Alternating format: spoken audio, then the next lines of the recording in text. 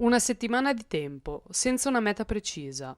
Un'auto come compagna di viaggio, ma con le idee chiare. Scoprire angoli insoliti di panorami mozzafiato, che la terra croata è in grado di offrire. Un modo efficace per apprezzare anche i sapori del luogo ci ha spinto ad inoltrarci in questa mission. La voglia di conoscere questa terra, ricca di storia, che lega il passato anche alle Repubbliche di Venezia, la Serenissima, attraverso i simboli come il Leone di San Marco. Tutto ciò ci ha incuriosito, non poco. Siamo partite dall'entroterra del Parentino, dove da molti anni soggiorniamo durante le annuali ferie estive.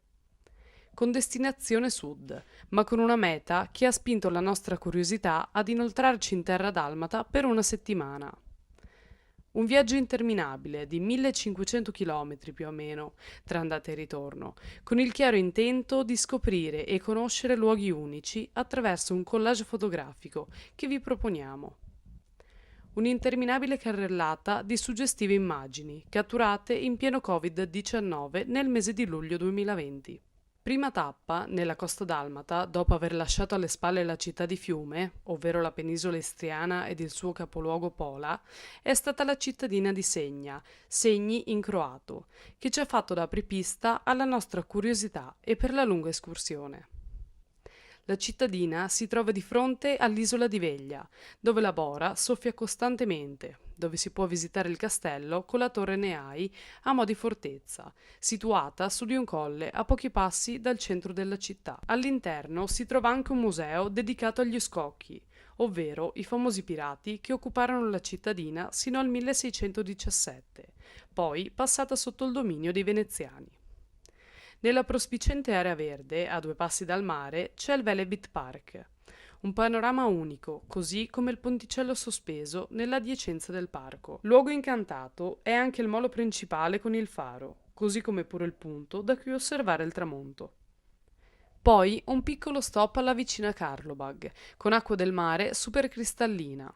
Seconda tappa è stata Zara, Zadar, famosa per le sue fortificazioni, dichiarata anche patrimonio dell'UNESCO, per i luoghi di interesse più moderni come l'Organo del Mare, costruito nel 2005 con 35 canne che producono altrettanti suoni diversi.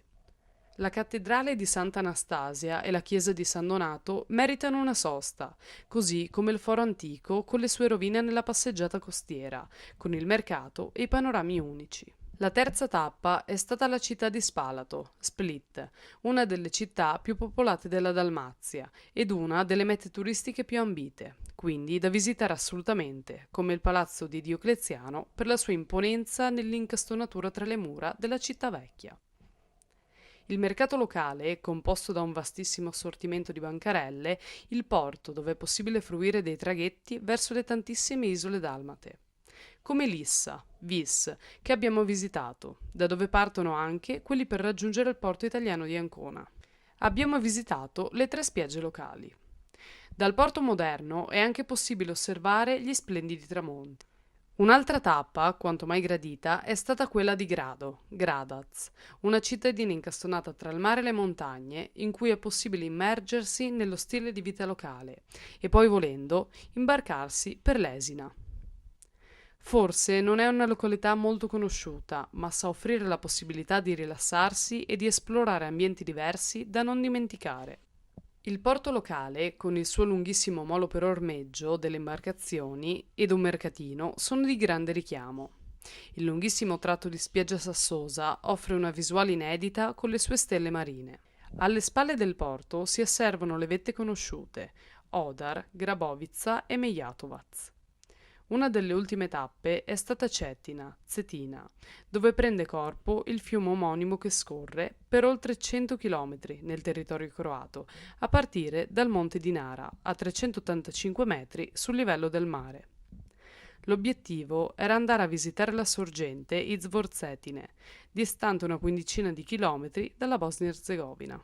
Un punto in cui si origina il fiume ed un lago, purtroppo poco conosciuto. Realtà che viene ricordata con il nome Occhio della Terra, ovvero un luogo degno di nota, decretato luogo protetto solamente dopo il 1970.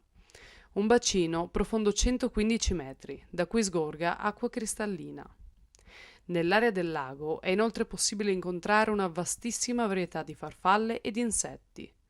Da ricordare anche la serie delle tre cascate poco distanti dalla sorgente. Posti isolati, immersi nella natura e perfetti per un picnic o una pausa rilassante. Tra le curiosità, l'acqua del fiume viene prelevata per essere utilizzata per il commercio dopo la purificazione. Ultima tappa è stata quella di Perusic, sotto il comune di Segna, nel suo entroterra, dove abbiamo visitato l'omonimo lago ricco di trote e rane e anche il fiume Garca, il quale si estende poco a nord dell'autostrada A1. Luoghi ideali per respirare aria pulita e per lunghe passeggiate a fianco ai corsi d'acqua, ma anche per scattare foto panoramiche. Prima di ritornare verso il Parentino, una sosta d'obbligo è stata fatta a Porto Carnizza, sulla sponda est dell'Istria, per una nuotata in mezzo alla baia nell'acqua azzurra e prepararci con il pensiero rivolto a casa, ma con tante nozioni e rimpianti, per non aver osato oltre, per visitare un altro pezzo di questo meraviglioso angolo d'Europa. Un caro saluto a Alessia ed Emi.